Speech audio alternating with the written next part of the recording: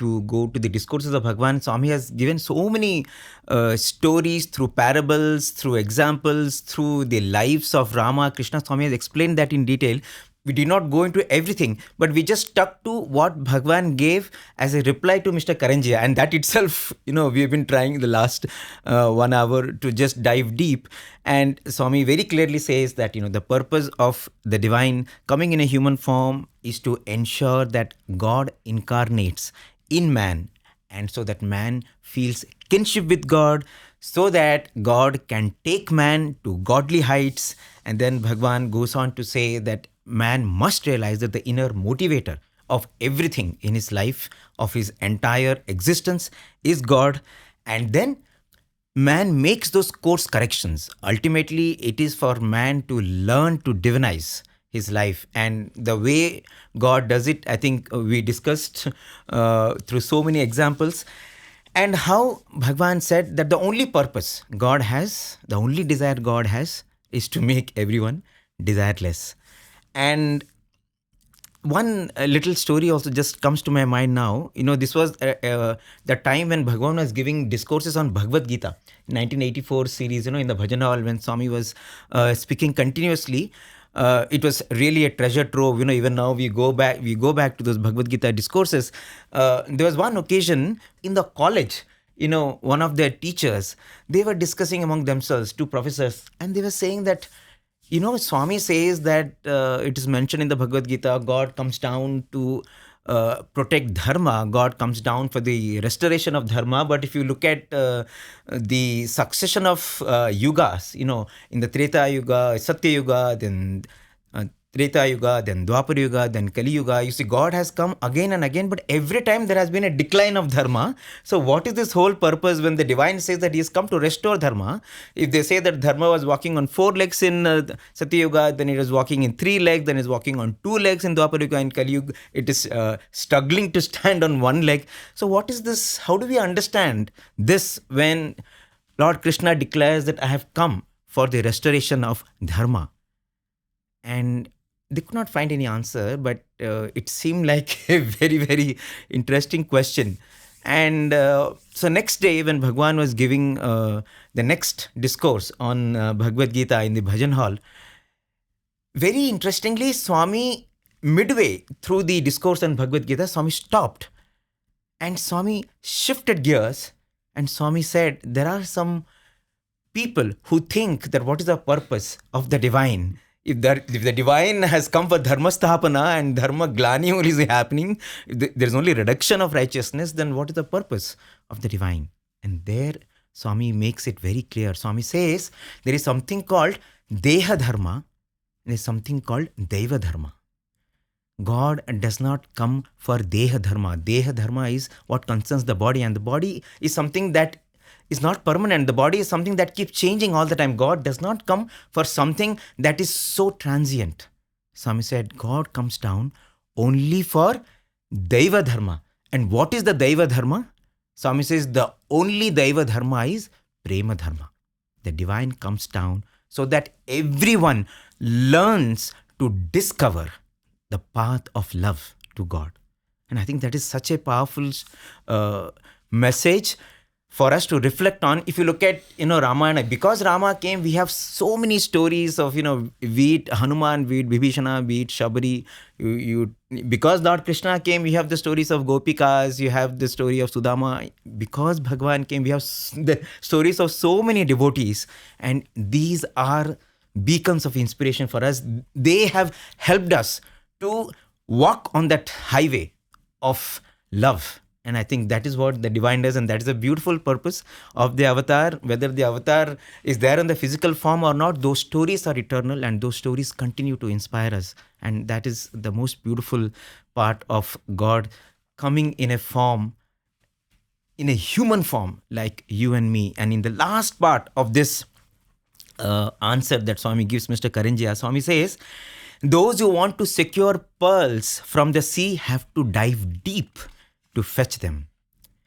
It does not help to dabble among the shallow waves near the shore and say that the sea does not have any pearls. If a person wants to secure the love and grace of the avatar, he or she must dive deep and get submerged in Sai.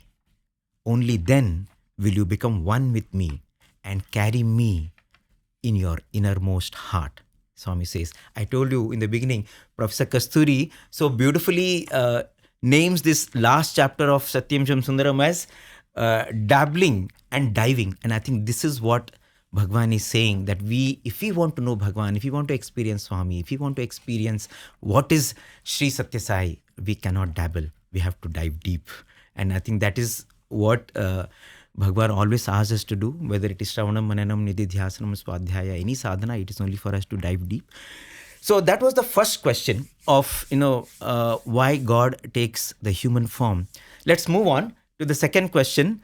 So Mr. Karanjia asked Swami, what is the significance of Vibhuti and the different trinklets, the different articles that you materialize and you give to people? Is there really a need for God or a God man to perform such miracles? A very, very interesting question, because I think this is easily one of the most unique aspects of the Sai avatar. We have not had in recorded history any other avatar giving away so many gifts, so many other. So this is something which attracts people as well. And we all know Swami has said, these are my visiting cards. Calling cards. But there is a very, very subtle reason why Swami is also doing this. And in his answer, which we have again broken down into several segments, the first portion of his answer, he says, for me, this is a kind of calling card to convince people of my love for them and secure their devotion in return. Since love is formless, I do materialization as evidence of my love. It is merely a symbol. This is a very, very powerful statement, because love is formless. But as Swami would often say, but the mother has a form. We feel love through the form of the mother. In the same way, these objects like a ring or a chain or a watch or bracelet, any of these things that Swami gave, is a concrete, is an object that points to his love. I think it speaks to us, it convinces us of his love for us. And he has done so many different varieties of materializations, be it watches, rings, brooch, or materials, objects from our mythological past, from Ramayana, Mahabharata, so many things. He has shown it to students and he has given some of them, and some of them have just gone back from where they have come. But every act is full of love. And sometimes if one were to watch Swami's face when he materializes, his face is glowing with so much of love. It's an unforgettable experience. Here Swami says, these are calling cards to convince people of my love for them and secure their devotion in return. There's a very beautiful incident which I heard from my father, but we don't know the exact name of the person and the devotee. But this was a well-to-do businessman who was a great devotee of Lord Subramanya Swami. And he had commissioned a small idol for himself. And so he made the Sthapati make a mold, and they made the statue. And he wanted it to be the most unique statue. So immediately after the statue was made, they broke the mold. Oh. So that no other statue in the world is like this. It is this one statue of Subramanya Swami, Lord Muruga, which he worshipped. And so he was very happy with that. But I think once it fell down and it broke and it had some damage and all that. So he was very disturbed. And he didn't know how to handle the situation. When one of his friends came and told him, see, why don't we go to Satya Sai Baba? And he says, no, I don't believe, I don't want to come. He said, you just come. And he said, okay, see, since you are my good friend, I'll come with you. But I'll not enter the ashram. He said, it's all right. You come with me. And they come all the way to Vrindavan, because Swami was in Vrindavan at that time. And he stands right at the gate, at the entrance. And I believe Swami came for darshan, and his friend was sitting inside for darshan. But Swami came straight and walked up to this man at the gate, and with a wave of his hand, materialized the same statue again. So the same statue of Lord Subramanya Swami, Lord Muruga, which he was convinced cannot exist. A duplicate cannot exist because they made the mold and they broke it. Now, with that one act, he became a lifelong devotee of Swami. So, when he says, I give you these materializations, I do these materializations in order to get your devotion and return, I think it is that one small iota of doubt. We are so used to worshipping forms which we have never seen. It's easy to worship Lord Rama, Krishna, and so many forms, Devi, and so many other forms. But when somebody is standing like us in flesh and blood, the mind revolts. And I think one or two of these incidents really changes your perspective. Right. The point that Swami is making here is really interesting. To the direct question that he's asking, is there any need for a god to demonstrate such miracles which any magician can conjure? Right. And the direct response to that is, so far as I am concerned, this is evidence of my divinity. Yes. It is not by any means an exhibition of divinity. Yes. And there's so much of difference in that, right? I mean, then Swami goes on to explain the point that you were saying. It's so important to look at these as manifestations of his divinity rather than he exhibiting his powers and abilities. Because, to exhibit his powers, I think the whole nature is the example for that. Exactly. Right? You don't need him to materialize something like that. But Swami would say that, this you will get anywhere. Right? But what I can give, you should come to ask from me. No, that's very beautiful. As you are talking about how Bhagawan said that this is not pradarshana, this is only nidarshana, this is not exhibitionism, it is only evidence, as you are saying, so that your mind turned towards the divine. In fact, I am reminded of Professor Kasturi, that very beautiful incident in Loving God, where, in the early years of him coming to Bhagawan, and there was some feeling that Swami is not happy with the devotees, because every evening Swami would go to the Chitravati, and that day Swami did not go to the Chitravati, and all the devotees every day looked forward to that moment, because only when Swami went to Chitravati and Swami sat on the sands, and then a lot of things would come out from the sands. It could be masala dosa, it could be puri, it could be statues of gods and goddesses. So everybody every day looked forward. That's how attractive are these manifestations and miracles. And but nobody had the courage to tell Swami, come, let's go to Chitravati. And so all this, and when Professor Kasturi came, everybody, they kind of started instigating him, and they started, Swami loves you so much, whenever he comes, Swami speaks to you, because those are also initial days of Professor Kasturi. Swami used to give a lot of attention to him also. So Professor Kasturi felt, they all want me because I am their champion, I am the leader, because Swami is showering so much attention on me, so he felt like their representative to Swami. So, and when he went to Mandir, he saw that Swami was walking up and down the veranda, and Swami was, he looked very serious. So nobody dare, go and interrupt Swami or, do anything which disturbs him. But Professor Kasturi, being pumped by all these devotees, he went near Swami, and Swami said, what? He said, Swami, we can go to Chitravati today. He said, why? Why should we go to Chitravati? Are there no sands here?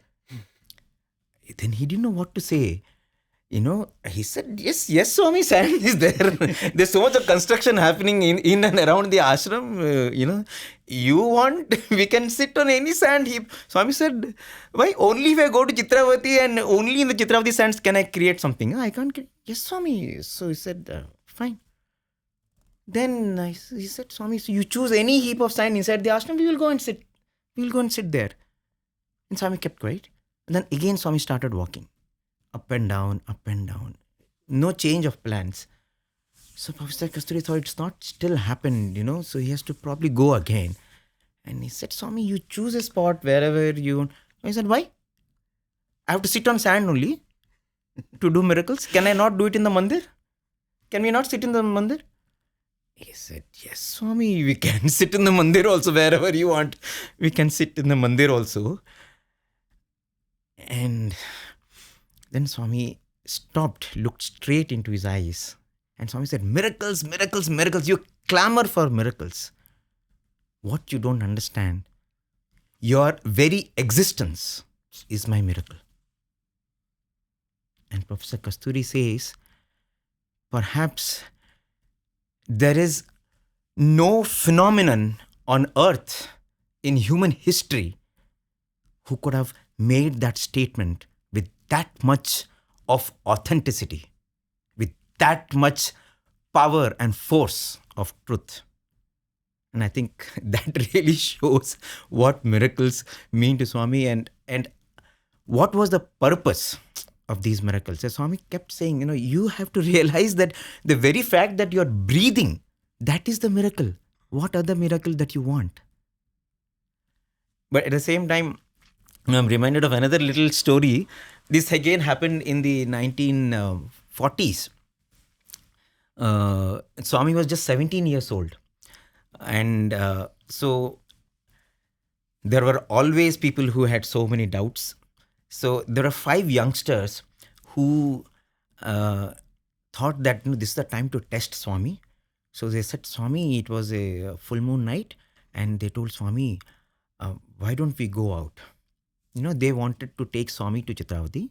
And they wanted Swami to perform in a miracle because, we are talking about 1943. Swami has announced his avatar route in 1940. So nobody, as you rightly said, nobody is able to, stomach that feeling that here is a divine personality and, he has mysterious powers. So they take Swami to the science. And what happens is, as Swami is going along with them, Swami takes them to a burial ground. And now they are very scared. Swami said, why are you scared? Are you afraid of ghosts? They said, no, Swami, we are not afraid of ghosts. Then one of them says, no, you are there. No, Swami, no, I am there. Then why are you afraid? Why are you afraid? Then they didn't know what to say. Then one of them thought, let's take this opportunity. And he said, Swami, are you Sai Baba? And Swami says, yes, I am Sai Baba. Then says, Swami, we are feeling hungry. Can you make something for us? Can you create something for us? And Swami says, very interestingly, Swami does not wave his hand and create anything. Swami says, Yatna prayatnamulu manava dharmamu jaya prajayamulu daivadhinamu. Which means that you have to put your effort. If you want anything in life, you have to put your effort. Whether the result will happen, it is in the hand of God. And he said, okay, which fruit you want? What do you want to eat? So these people, they thought, let us, like you were saying, let us think of something that is not available anywhere and it's impossible to get. We are talking about 1943, there was no electricity, no roads to Puttaparthi. So they thought it was not summer. So they said, Swami, why don't you create for us a mango? Because there's no way you can get a mango in Puttaparthi at that time of the year. And Swami said, okay, you want a mango, but you have to put the effort. So you dig. So Swami said, so one of them went forward and so he's asking Swami, which place should I dig? I said, any place you dig. It is just like, Prahlada. No, Hiranyakashipu asking Prahlada, which wall, which pillar God is. And Prahlada says, you pick anything of your choice. I said, pick anything. Dig anywhere. And so this person is one of them. He starts digging in one place. So he dug 3 feet and there was nothing. And he looks at Swami, there is nothing. And Swami said, you are digging, but are you chanting my name? Swami said, are you chanting my name? Chant Sai Ram and dig. Swami said. So this person begins to dig. And as he's digging, after some time, he feels there is something very cold, very soft, and he shivers. He starts shrieking. He's so afraid that it is, because it's a burial ground, maybe it is a corpse, and he's petrified, mortified. And Swami sees that this fellow is so scared. And there was one Lakshmaya who was with Swami. Swami said, you go to him, Papam. He's so scared. You go and help him. So this Lakshmaya goes and he helps him dig. And then after digging few more feet, there is beautiful fragrance coming. And then Swami said, Lakshmaya says, Swami, it is such nice fragrance. And so you only are saying there is corpse and now you're selling fragrance. Dig more, dig more. So as they dig more, then they find that the origin of that beautiful fragrance is this luscious yellow mango. And so they take that out and they give it to Swami. And Swami takes that mango and then Swami, a knife appears in Swami's hand and Swami cuts the mango and Swami distributes to all of them. And says, eat. And even after Swami had distributed, all of them had so many pieces, but it was like Akshayam. And Swami kept giving, even after all of them had eaten to their brim, they were saying, Swami, it is so yummy, it is so awesome, we have never tasted something so delicious. I said, okay, good, eat. And even after, they were full, still half of that mango was still there. And Swami said, no, it's still there. You have to eat. No, Swami, we can't eat. And I will call the ghost. You better eat. He wanted that mango, right? You eat. And so, Swami, of course, filled them with the nectar of that mango. At the same time, cleared their doubts. And at the same time, fostered faith and devotion in them. And he did it in a manner that it was absolutely lasting and transforming. And when I think about this incident, it was just a materialization of mango. But when you think about it, Swami is telling, see, you have to put your effort. When they were initially digging, Swami said, you will not get the result unless you chant the name. You chant the name and then you do the work. And then once you get the result of the work, even then you offer that result to God. They gave that mango to God. And then Swami multiplied that mango. So when you think about it, this was one story when Swami, in a very mysterious manner, gifted them a mango. But you think more about it, there are so many lessons to it. And I think that is the multi-dimensional manner in which Bhagawan worked to elevate all of us as he did any materialization, isn't it? Right. What Swami is saying here, after having observed Swami for so many years, and I'm sure those who have observed Swami for longer than all of us put together will also agree with this. You can never say when Swami will materialize and when he will not. When he will not. Or which devotee is deserving and which one isn't. Yeah. Right? Because that's a mystery. And that is why Swami materializes something and why it is a ring for somebody else and why it's a chain for someone else and why it is Vibhuti for someone else. I don't think it is within our intellectual ability to grasp that. But I was reading this, as you were saying, there's one of the unique aspects of the avatar. You've never heard of Rama materializing a mango for the monkeys, right? For example, or Krishna materializing something and giving to the Gopalas. But this is a very unique aspect to the Sai avatar, and that is very important for a certain reason. I was listening to a discourse, I think sometime in the 80s, Guru Purnima discourse, where Swami is saying, how do you secure peace and happiness in the mind? And Swami says there is a 3-step process: Deva Priti, Papa Bhiti, and Sanganiti. We've heard that. And then Swami dwells into how do you develop Deva Priti. So he says very interestingly, he said, you like a lot of objects in the world. Right? What is sadhana? The action that you do to secure what you like is sadhana. Right?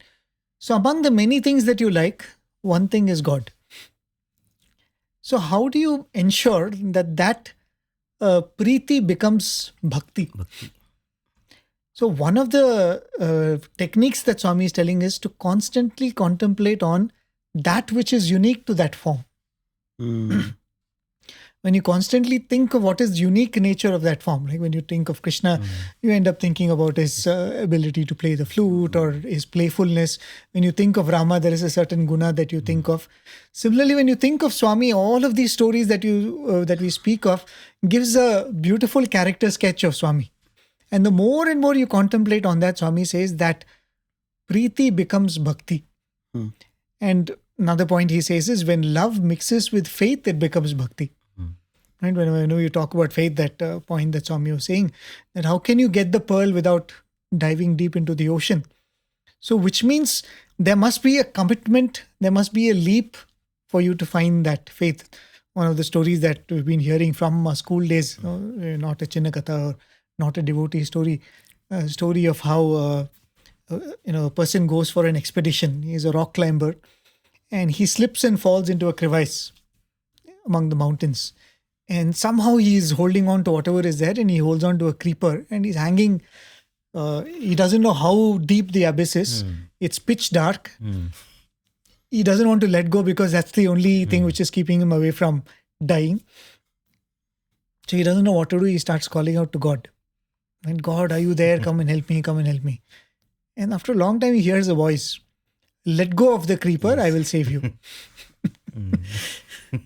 So apparently this man shouts out, is there anybody else? Right? Because this is the only thing that he's holding on to, and he can't let go of this. The story has a very sad ending because the next day, people who find that this man is missing, they come searching for him. And they find a man who has died because of the cold, hanging 1 foot from the ground.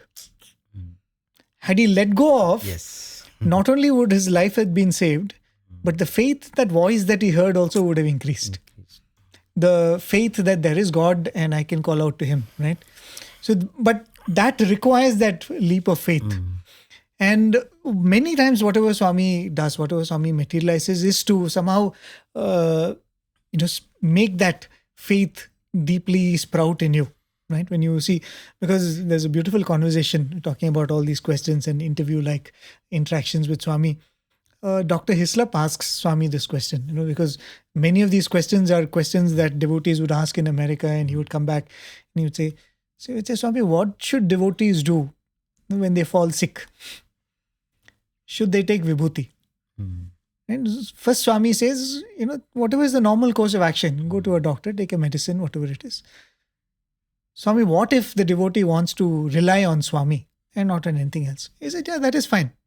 Then the devotee can pray. So he asked Swami, should they take Vibhuti? Swami says they can take Vibhuti, but they should pray. So he says, Swami, but Vibhuti is mandatory? Swami says, no, prayer is mandatory. Yes. Right? So which means the act of receiving Vibhuti, the act of Swami giving Vibhuti or we taking Vibhuti is only, as you explained, a physical activity that is attached to a mental process that we are doing. That I'm taking something physically and saying that Swami will cure me of what I am suffering from. So whatever Swami was materializing also was for that. He did not need to give me a ring or chain or vibhuti for me to feel protected or feel that grace. But at the same time, when it was given in a physical manifestation, our mind found it easier to say that, okay, this is associated with Swami. And if something comes, I will clutch to it. The joke that they often say is, there's so many movies that are made about ghosts and, a Christian pastor coming and protecting you or something. So they say that even people of other faiths, when they have a fear of ghosts, they look for a cross. Because it has been imprinted in the mind that, when there is a cross, then the evil spirits don't come near. But really speaking, it is when there are good thoughts, evil thoughts do not come near you. And whatever Swami did in the form of materialization was for that. But I think it's a very interesting question that he's asking. Why would you do this? Because many times you say, Swami's message is itself so profound. Swami did not need to do any of this to attract people. And Swami did not do any of this to attract people. Right. It is our misunderstanding that Swami did it as as a manifestation of his divinity. In fact, Swami very clearly says also, if you look at the Shivratri discourses, when the Lingodbhavam happened and when the Vibhuti Abhishekam Swami used to do during Dasara and all, Swami very clearly says that, there are sometimes I really need to do these acts because so that you are shaken from your slumber, shaken from your ignorance, and you understand the immensity of the blessing that you have been granted, that you are living with a person who is beyond anything that the world can ever imagine.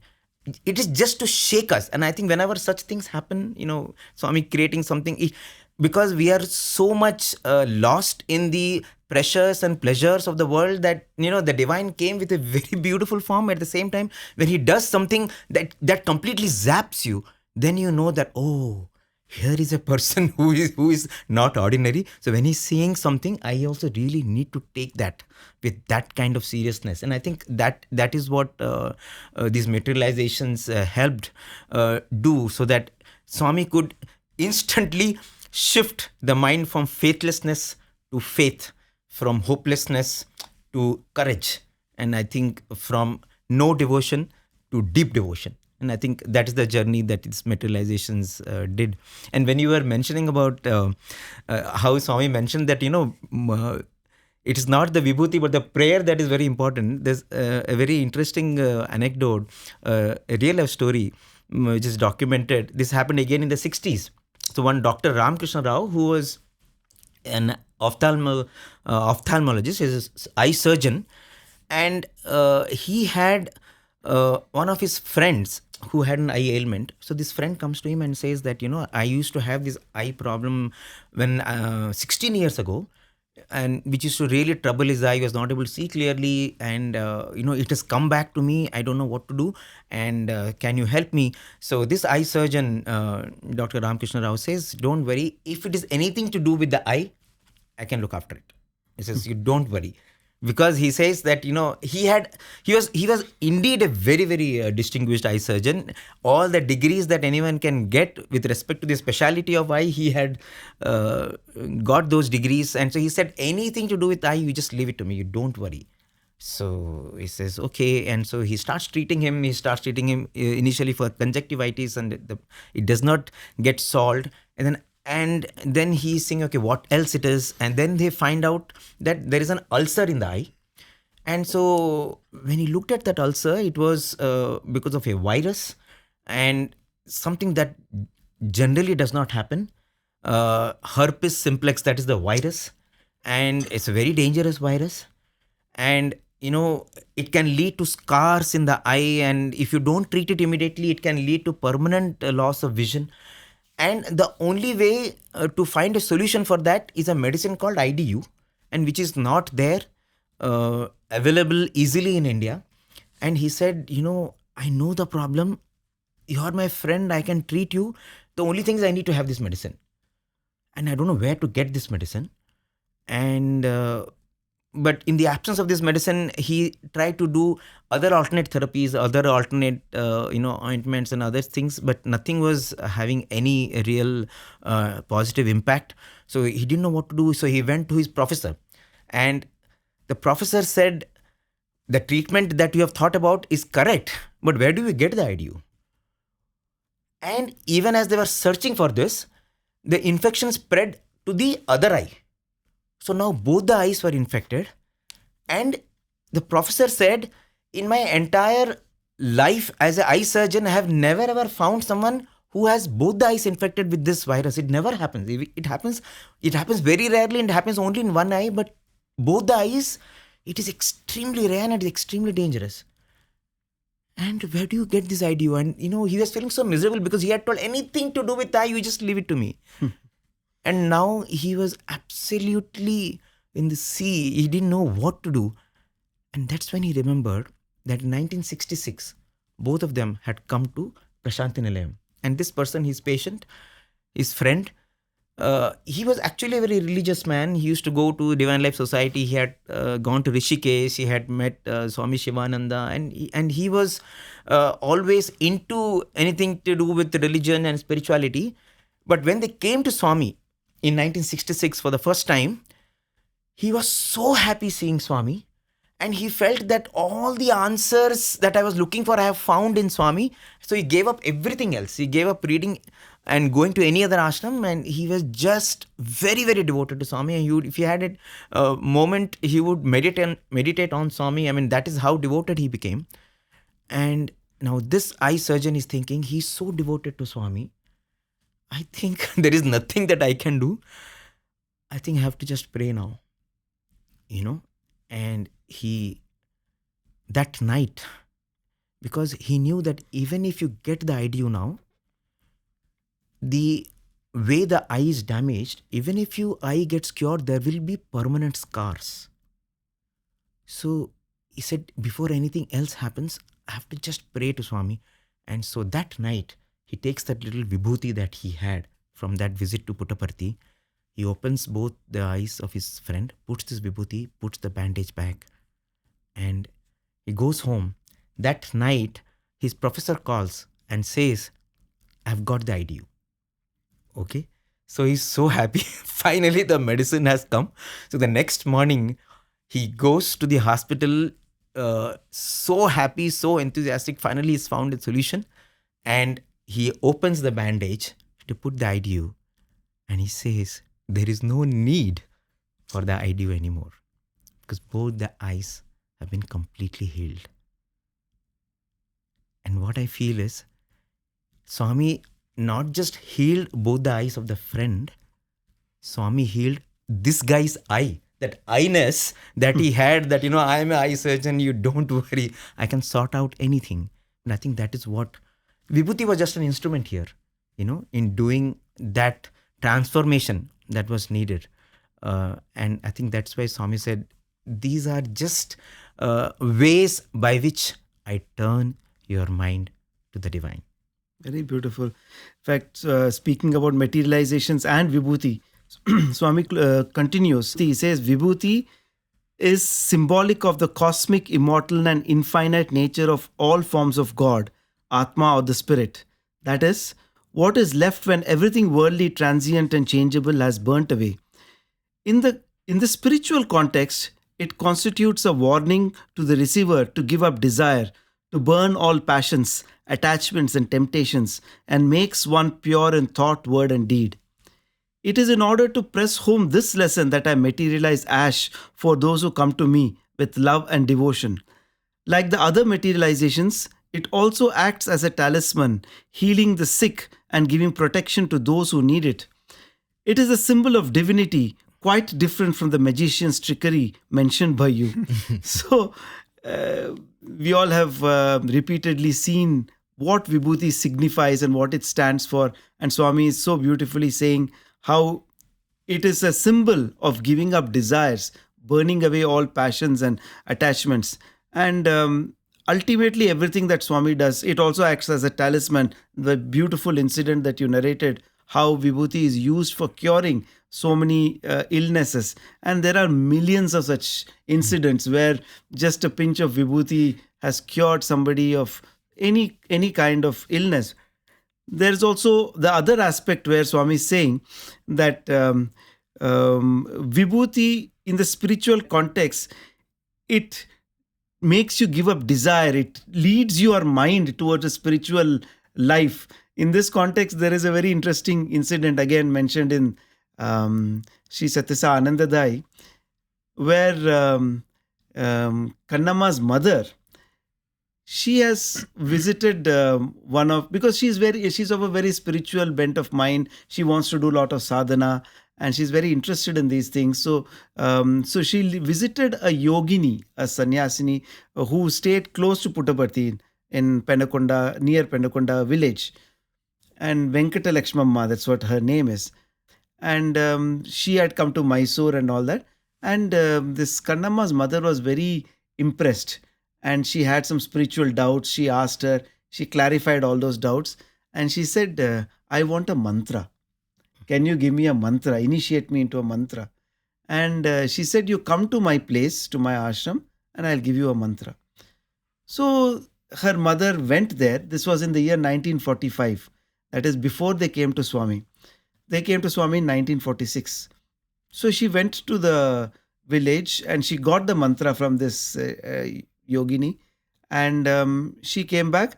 And later when they came to Parthi, she was here and she had, after seeing Swami, they were so happy and she invited Swami to their room to have lunch. And as Swami was having lunch, she asked him, Swami, I want a mantra. Mm-hmm. Swami said, last year you went to one place. That mantra is good. That mantra is good. If you want, you can add sai in front of it. Swami says, and he leaves it at that. Then in the evening, when they go to Chitravati, so what Swami does is Swami calls her and he takes some sand and pours it into her hand, which turns into Vibhuti. Oh, okay. And so she was surprised, and Swami said, see what is there inside. And she tried seeing in that small heap of Vibhuti, there was nothing. And Swami put his finger and just churned like that. And then she found there was a small slip of paper, a small piece of paper.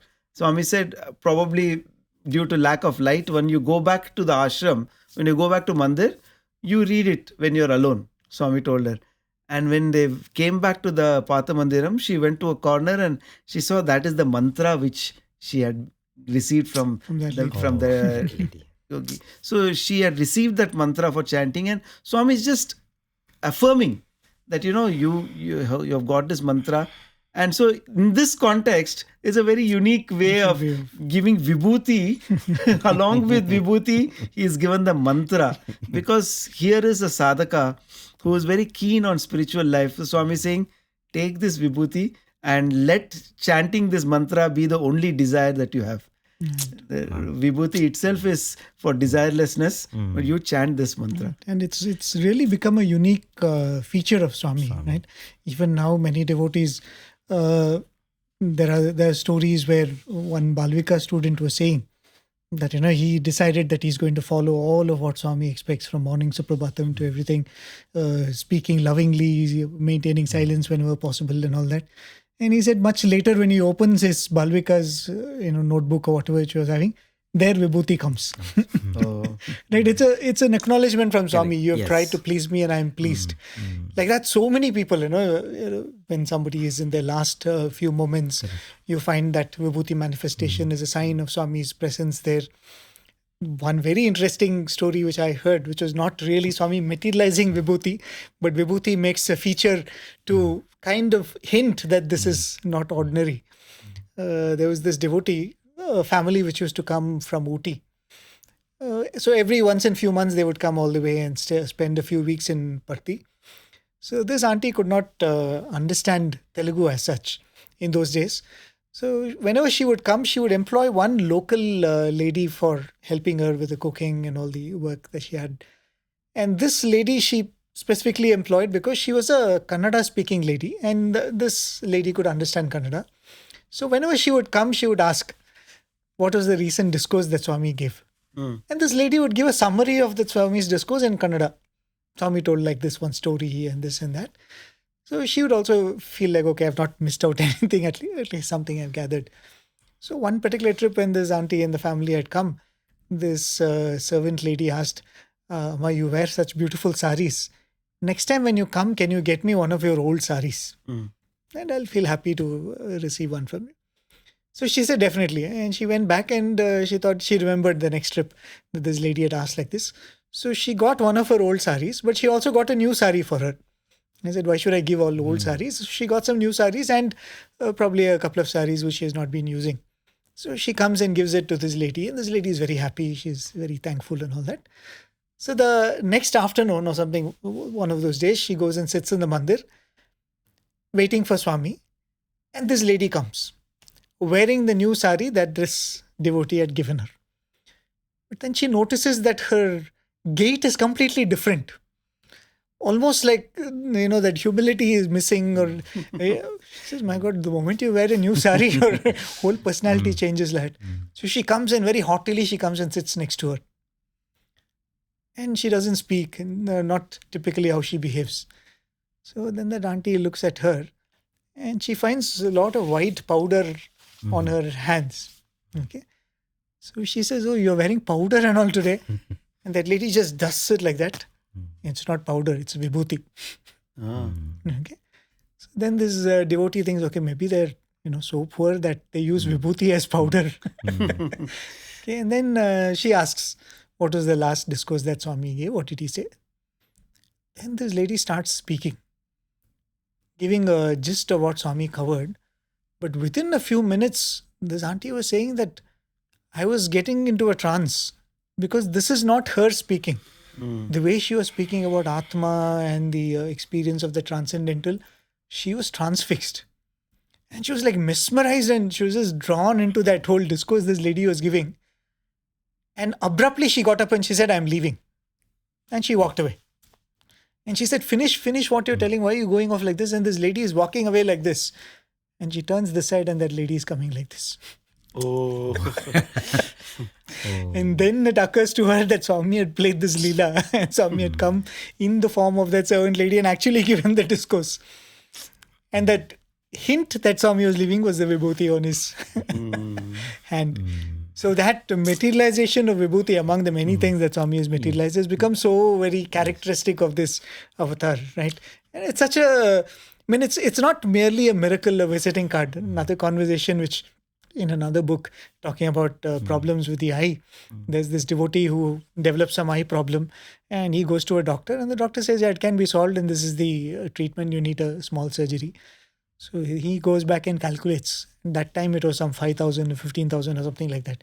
He said, this is too much. I can't spend so much. I'll pay a visit to Puttaparthi. I'll pray to Swami to solve the eye problem. So when Swami calls him for an interview, he kind of makes bold and he says, Swami, this eye problem. And Swami abruptly cuts him. He says, no miracles for old devotees. Next question. Right? When you say miracles are my visiting cards, I've given you the gift of faith, which is greater than everything else. Everything else, you deal with it in the right way, in the way everybody else deals with it. No, I think, as you very rightly said, it is just a visible manifestation of His grace. Just that has been Bhagwan's way of letting us know of His presence, of His power, of acknowledging our sadhana. And again, that question, why Vibhuti? Because, as you read out, and Swami says, because Vibhuti, it cannot get, you cannot burn Vibhuti even more. If you burn ash also, what remains is ultimately ash. Because I think for us, Swami has used Vibhuti because he's letting us know that is the ultimate. When Shiva burnt Kamadeva, it turned into ash. And then Shiva shone with the power of pure love. And I think that is what Swami is telling. The only thing that you see in the Vibhuti is that you cannot change it further. So which means it talks about that permanency. And I think those are the lessons that Swami is giving us. When he's giving us Vibhuti, he's telling us, cut your desires. He's telling us everything is one ultimately. Everything will get burnt and it will become Vibhuti. Vibhuti is teaching us that lesson of oneness. Vibhuti is telling us that focus on the permanent. And the other very beautiful thing is, as we were discussing all these stories, Vibhuti also means grace. Vibhuti, the Sanskrit word has so many meanings. And one meaning is it is just grace. We constantly associate Vibhuti with the ash, the holy ash, but Vibhuti is, even we say God's leelas are God's Vibhuti. So Vibhuti has so many meanings. So when Swami is giving Vibhuti, he's not just giving ash, it is grace. He's filling us with these leelas. In fact, I'm reminded of one other little story that happened in 1971. So there were these 108 devotees who had come from Assam. And the birthday celebration was over. And in those days, after the birthday celebration, Swami would, bless the devotees personally. Swami would call, especially people who had come in groups, Swami would call them to the interview room and give them gifts, give them vibhuti, give them prasadam. And these devotees who had come all the way from Assam, it was not an easy journey for them because at that time there was a lot of linguistic clashes between West Bengal and Assam. So they had to deal with that. There were some train bogies that were burnt and there was a flood that was happening in Odisha. There was bandh that was happening in Andhra. There was a depression in Bay of Bengal. So they had to really go through so much to come to Prasanthi Nilayam. And Swami, after birthday got over in 23rd, 24th, Swami called all of them inside. Swami was so eager to bless them and, spend time with them. So Swami nearly spoke to them for an hour. And then Swami went individually to every person. And Swami was giving Vibhuti. And Swami went and Swami gave Vibhuti to one lady. And after Swami gave, Swami went few steps. Then Swami stopped. And Swami retraced. And then Swami picked another bunch of Vibhuti packets and gave it to this lady. And Swami said, "Ye billi ke liye. This is for the cat." And she didn't understand. So she got up and she said, Swami said, "Ye billi ke liye. This is for the cat." Still she did not get it. But Swami moved on. And then after he sat down, it stuck to her like a ton of bricks. What had happened about 6 months ago, there was some little gathering in her home. And, her sister, who was working as a nurse in the government hospital there, she was doing all the cooking. And so they had made a lot of preparations because a lot of people had come home. And when the sister was making the preparations in the kitchen, they had a cat. And this cat, when the cat noticed that the sister is gone out of the kitchen, the cat sneaked into the kitchen and the cat picked one fish and ran away. And this sister saw that. And the sister didn't like this cat. The cat was a pet of this lady, devotee. So the sister thought this is the opportunity to, to discipline the cat. And so she caught the cat and she thrashed it black and blue. And the cat started screaming and shouting and she kept hitting the cat. And when she did that, suddenly every photo in their house started shaking. All the photos in the house started shaking. And all the people in the house, they ran out of the house because they felt, maybe there was an earthquake because there was so much of tremor in the house. And they came back after some time and then they saw that 2 photographs of Bhagawan had fallen down. But very interestingly, the photographs are intact. They were glass frames. They should have been broken into pieces, but photos were intact. But everything, these photographs had fallen and they just realized that the very fact that these photos have not broken means there is something mysterious. And then this sister who was a devotee, she said, all this has happened because we hurt that cat. We should not have done that. And so they went and looked for the cat. They got the cat back and they started caressing the cat. They started petting the cat. And when they did that, then they saw that there was Vibhuti that was oozing from the cat. So the Vibhuti, the cat's fur was full of Vibhuti. So as they were stroking, it was only a shower of Vibhuti that everybody was getting drenched in. And Swami was letting them know that you hurt the cat, but I protected it with my Vibhuti. And 6 months after that, Swami is telling, here is that extra packet of Vibhuti for the cat. And I think there are any number of such stories, but that is what Vibhuti is. Vibhuti is grace. Vibhuti is blessing. Vibhuti is his acknowledgement. And Vibhuti is his calling card. Isn't it? And of course, whenever you talk about Swami's materializations, a lot of people coming from a certain spiritual background would have this feeling that these are all siddhis that should not be displayed. These are distractions for a spiritual aspirant. You will find a lot of people, especially coming from the Ramakrishna mission background, because Ramakrishna Paramahamsa would instruct his disciples that in the course of your sadhana, you will acquire some powers and you should not get distracted by these. We've heard this even in the message of many of the Himalayan masters and all that. So a lot of people would feel that Swami is displaying these powers and it is not right. And Swami addresses that also in the answer that he gives. He says, these are neither magical tricks nor siddhic powers, which can come to everybody with the appropriate discipline and yoga exercises.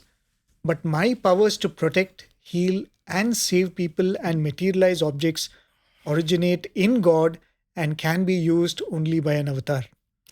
They are in no way designed, disciplined, or developed, but flow from cosmic power. And he's absolutely making it clear that this is not powers that have been acquired. In fact, Swami would be very particular with photographs which looks like Swami is sitting and probably meditating. Swami would say people misunderstand this. People will think that I've done some yogic exercises and practices and these have come to me. But these are all manifestations of divinity and more importantly and beautifully manifestations of his love. Right? As we have seen, I mean, there is no I mean, you have a story like someone is in the danger of losing their eyesight, losing their life, and they're endangered by some disease, and Swami materializes Vibhuti. I mean, our logical thinking is okay. That's understandable, right? I mean, that's a serious issue that needs to be. But it's actually just a love that he manifested. There's this beautiful episode which Mrs. Geeta Mohanram narrates. And then one of the many times when Swami had come to their house for a lunch or a dinner, which Swami would come often in those years, Swami would casually walk into her room and pick books from her shelf and see what she is reading. And she would say that, the first row will be all Sathya Speaks. And the novels and other books that she's reading will be in the back row. And Swami, knowing that he will come and remove the first set of Sathya Speaks and put his hand behind and see what is there. And Swami pulled out some book and Swami said, "What are you reading these days?" So she went up to Swami and said, "Swami, I'm reading Enid Blyton." A very famous English author. All of us have grown up reading that author. So she said, "Swami, I'm reading the books of Enid Blyton." Swami said, "Em cheptundi, what is she writing about?" So she was reading about one particular passage where she's describing the English countryside. So she was like very fascinated by that description. And she said, "Swami, she's describing the English countryside and the beautiful flowers and all that." And Swami said, "Oh, nice." Then she asked Swami, "Swami, she's writing about two kinds of flowers, buttercups and bluebells. What are they, Swami?" It's flowers. She's written. So then she said, "Swami, how do they look? I've never seen." Swami said, "Yeah, those are English flowers. You'll not see them here. But Swami, how do they look?" "Hey, Mundi, bluebells will be blue. Buttercups will be soft like butter." So she said, okay. I mean, she felt that, Swami is, doesn't want to take the conversation forward probably. And she left it there. Then suddenly Swami looks at her. He says, "You want to see?" And waves his hand and materializes one fresh buttercup flower, which is nowhere in India. It doesn't grow here. Fresh, beautiful buttercup flower. And Swami gives it to her and says, "See, this is how it looks." Right? What is it other than just his love, coming in that form of a materialization? I mean, you talk about this and then you see how small science is. You cannot fathom it. You cannot fathom it with our limited senses. You cannot fathom it with our minds. It is way beyond the mind. In fact, Swami goes on to say, the very fact that science is changing all the time proves its incapacity to investigate the ultimate and abstract truth. Basically, it cannot explain these phenomena. These phenomena are beyond science. And so Swami says, science itself is not steady. It is changing all the time. Yes. Some people, when they have seen Swami materializing certain things, there are many people who have reported a flash of light. So they say that we could see a small flash of light and then Swami materializes. I mean, what is going on there? Swami says, initially the scientists say that you cannot break the atom. Now they say you can break the atom. So the answer itself is very interesting because Swami says, some time ago, scientists maintained that the atom cannot be broken. But recently they succeeded in breaking it. They are still ignorant about the realities of the pranic force behind the atom, which is the least of its components. Science is merely a glowworm in the light and the splendor of the sun. The material laws and formulas simply do not apply to divinity. For me, this is not a matter of any mystery or mystique. What I will happens. What I order materializes. And I think these lines are, it is the ultimate in its, because what his will is the ultimate miracle. There's a beautiful mention about Swami taking these youngsters and old devotees to Kalpavriksha. In this book, Sri Sathya Sai, Leelas of Sri Sathya Sai Baba by Balapattavi. So he says, Swami would tell them to pluck some leaves from that Kalpavriksha tree. So hold it in your hand and think of anything that you want. See, this is not even something Swami is waving his hand and materializing. How can science ever explain something like this? So he says you take some leaves and then somebody would think of a laddu, somebody would think of an apple, somebody would think of something mango, and they would open their palms and they will have whatever they thought of. And one naughty person, he said, Swami, I've got an apple, but I wanted something else. Swami said, first you thought of apple. You cannot play with the Lord in these. But, what is this phenomenon? How does, today, I think recently in the news, they have been talking about, quantum entanglement. Yes. They say helium atom, they are able to find out how it exists in two places at the same time. And science is slowly trying to wake up to some of these realities. When in our 10th standard, Swami took a piece of pakoda and then he was asking, what is this made up of? And we said, then Swami himself was saying, the salt also, this also, that also, everything. He was mentioning all the ingredients of the pakoda, and then he just took it and blew on it, and it became the Kohinoor diamond. And it became a Kohinoor diamond, and then he went around showing it to everybody, and he just blew it back, it became a pakoda again. And he actually broke that pakoda and gave it to boys to eat it. What science can explain? I mean, is it even possible to comprehend anything? But the most interesting part of that whole incident was when we came out from the interview room, there were some guests sitting there, and Swami went up to them and Swami said, these are all my 10th class boys. You know what they saw? They saw Kohinoor diamond. And you know how it came? From pakoda it became. And Swami is explaining it. See, it is just love. Ultimately, it is just, because there is no thinking. It's just a sankalpa. He makes the will, it happens. There is a pakoda, he wanted to share love, he made it the diamond and showed it to us. And again, he made it back into pakoda. Maybe he realized that gives us more happiness. He gave back the pakoda to all of us to eat. So I think it is just a leela, his materialization. At the same time, everything has its significance and place. I think what you mentioned, for the divine, it was so natural, and that's Exactly. what they say. It's like, for example, if you are with a friend or if you are with someone and we feel like giving something, we will probably take it from our pocket, or we would have got it from home and give.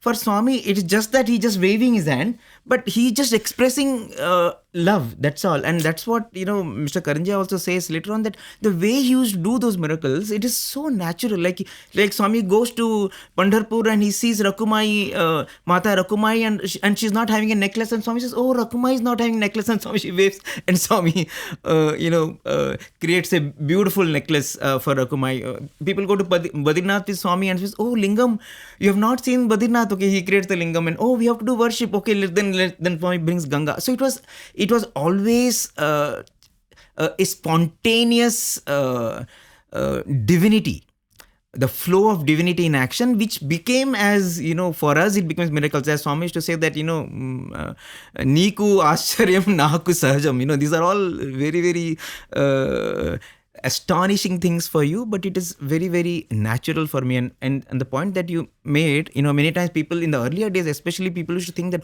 oh, this power Swami is exercising, these powers will get over, what will happen? Even Karanjia asks, how, from when did you get this power? Swami said, I'm doing from childhood. Then will your powers not diminish? And Swami said, my Prema, will it ever diminish?